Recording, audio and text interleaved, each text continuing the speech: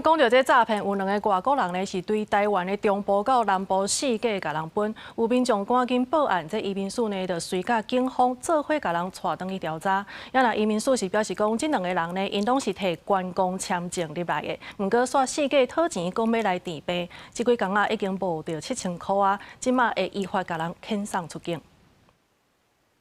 这边，换成这边。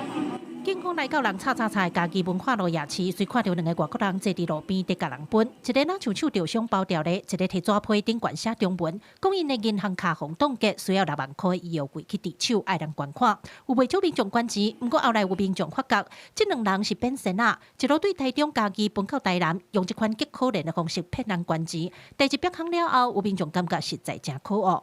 足可恶的代志啊！还佫叫外国人骗，哦，还佫看好脚好手了少年。 因为2个外国人无检查到人，嘛无硬要共讨钱，因此警方敢若甲人赶走，爱金袂使佫共分钱。不过这件代志已经引起移民署的关切。测试这2个外国人话走来高雄组，行甲人分，现场也是有不知情的民众认钱出来捐。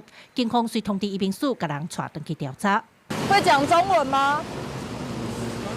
会听中文吗 ？No Chinese, English。经调查，2人推脱募款是为了治疗手臂脱臼。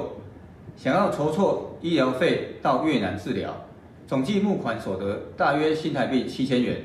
经查证，此类行为不符合以停留签证入境的许可目的，已违反我国入出国及移民法第29条规定。移民署表示，因一个是罗西亚，一个是白俄罗斯人，来台湾是摕观光签证入境，袂当做甲观光无符合的活动，伫街路甲人分钱的行为已经违法，将会依法甲2人遣送出境。记者林伟霆、柯家族、邱超雄高雄采访报道。